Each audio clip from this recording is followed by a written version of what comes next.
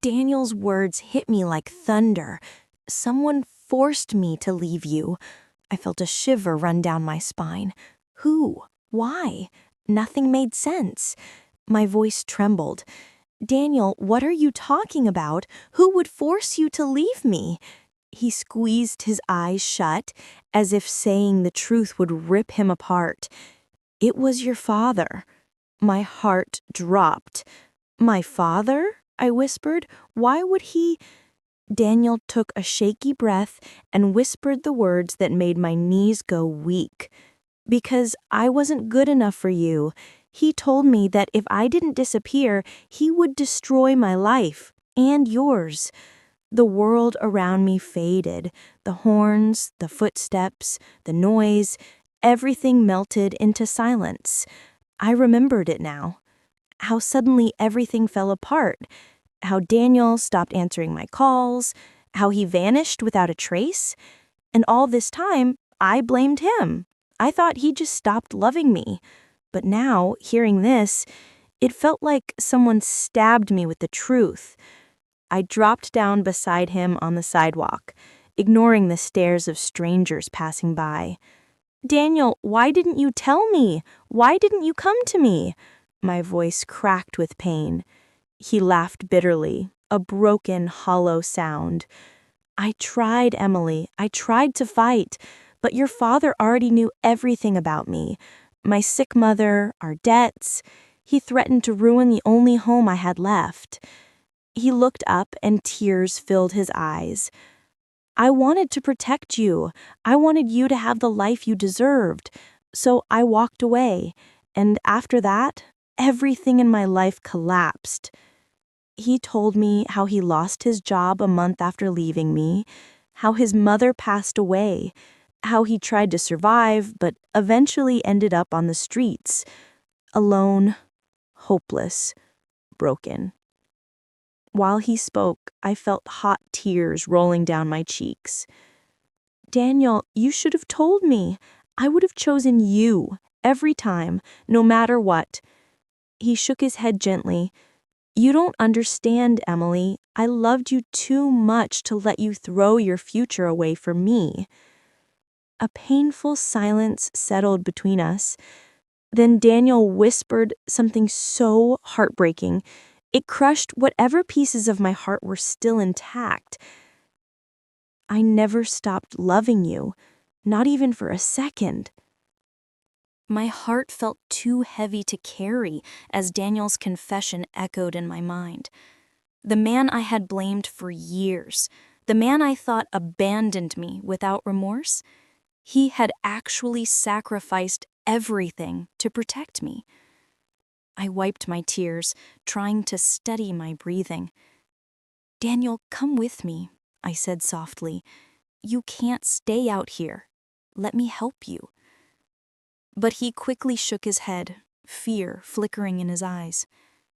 No, Emily, if your father finds out? I cut him off firmly. I'm not afraid of him anymore, and you shouldn't be either. He looked at me with disbelief, like he didn't think he deserved even a drop of kindness. I stood up and reached out my hand. Please, Daniel. His fingers trembled as he slowly placed his hand in mine, and for the first time in years, I felt that familiar warmth again. We walked toward my car, but I could sense his hesitation, like every step closer to safety felt unreal to him. Once inside, I gave him a warm blanket and a bottle of water I always kept there. He held them like precious treasures. Emily, he whispered, why are you doing this? Because I still care, I said honestly, and because you didn't deserve any of this. But deep inside, I knew something was burning. Anger. Not at him, at my father. I dropped Daniel at my apartment, gave him food, a shower, and clean clothes. Watching him step out in a simple t-shirt and jeans, freshly washed, felt like seeing a piece of the old Daniel return. But he still looked scared, afraid to hope again. "I'll be back," I promised. "Where are you going?" he asked. "To get answers." When I reached my parents' house, I didn't knock softly like usual. I pushed open the door with a burst of emotion, startling my father, who was sitting in the living room. "Why?" I demanded, my voice trembling with fury. "Why did you destroy Daniel's life? Why did you lie to me? Why did you take him away from me?" My father looked up, confused at first, then guilty. "I did what any parent would do. I wanted the best for you. That boy had nothing." "He had me." My father's jaw tightened. "You deserved better, Emily.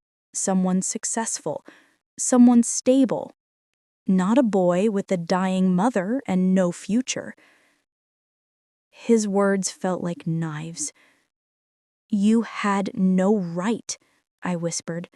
"No right to decide whom I loved." "Everything I did," he insisted, "was to protect you." I stepped closer, my voice shaking. "No, Dad, you protected your pride, not me." My father opened his mouth to respond, but this time I didn't let him. I didn't want excuses. I didn't want lies. All I wanted was Daniel, safe, cared for, and finally told the truth.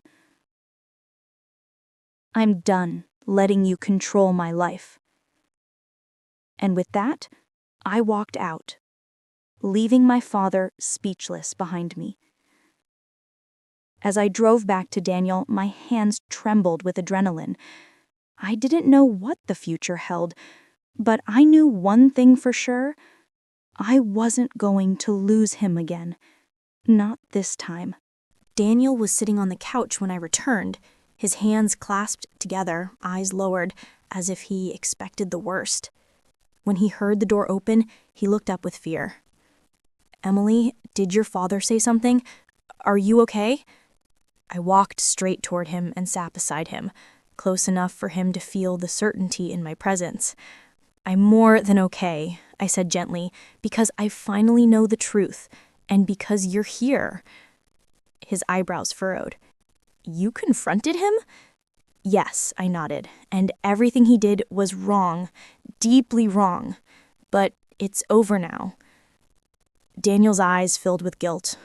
"You shouldn't be fighting your family because of me." I shook my head firmly.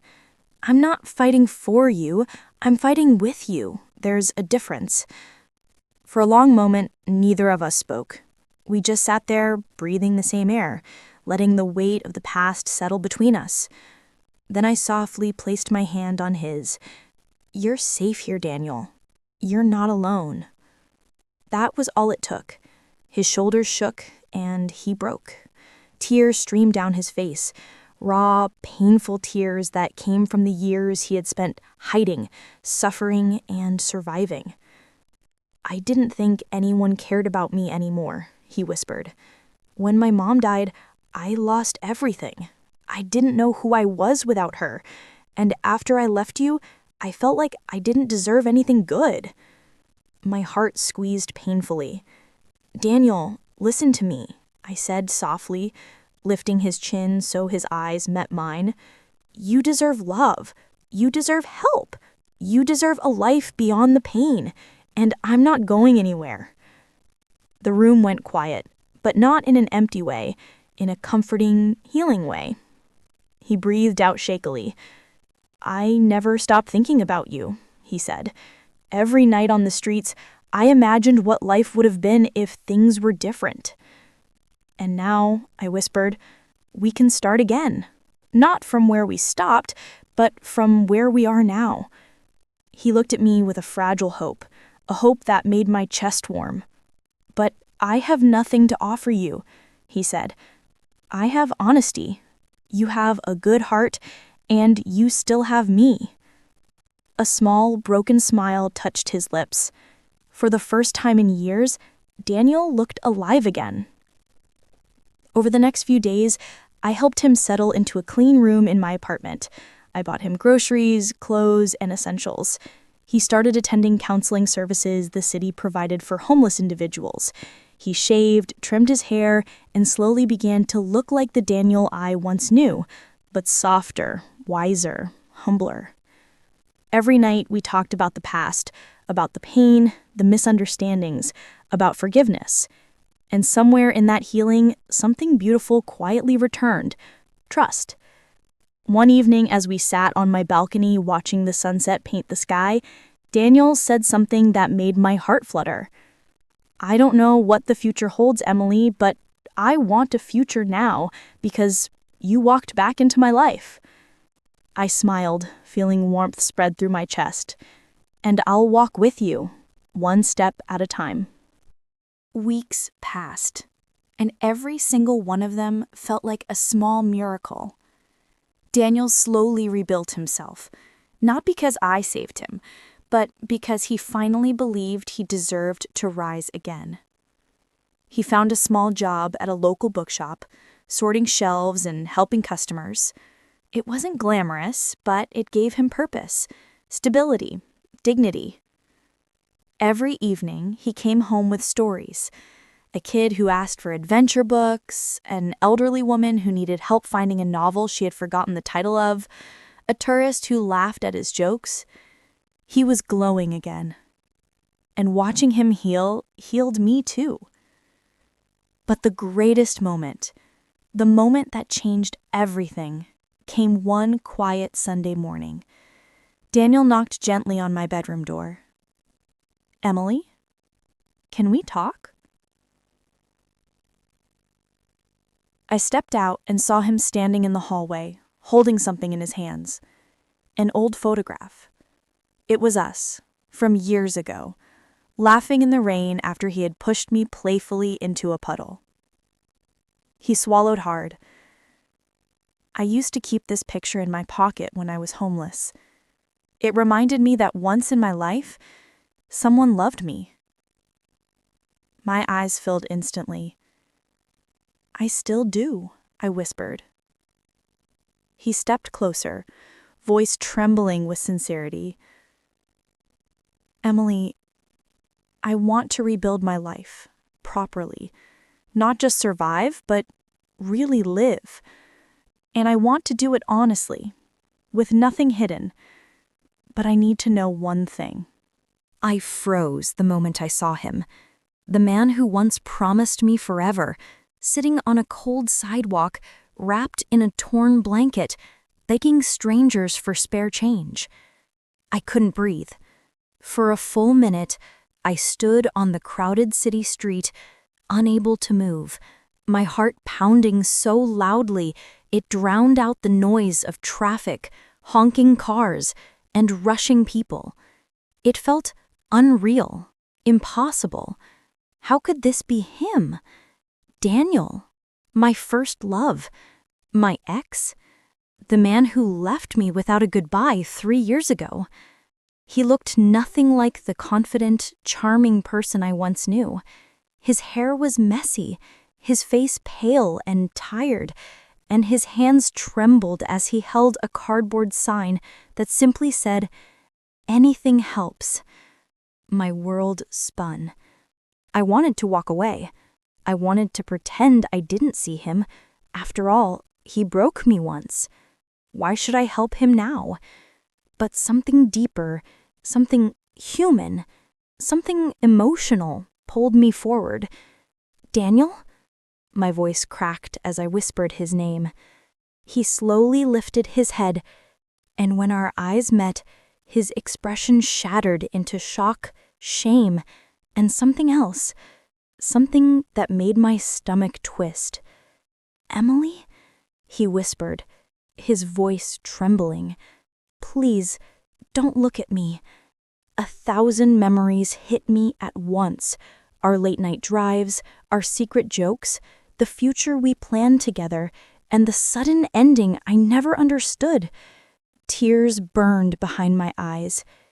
"Daniel, what happened to you?" I asked softly. He looked away, hugging himself as if trying to disappear. "You shouldn't be here," he whispered. "You deserve answers, but the truth? It'll hurt you." I stepped closer. "Then tell me anyway." He swallowed hard, and his next words felt like someone had punched me straight in the chest. "Emily, I never left you because I wanted to. I left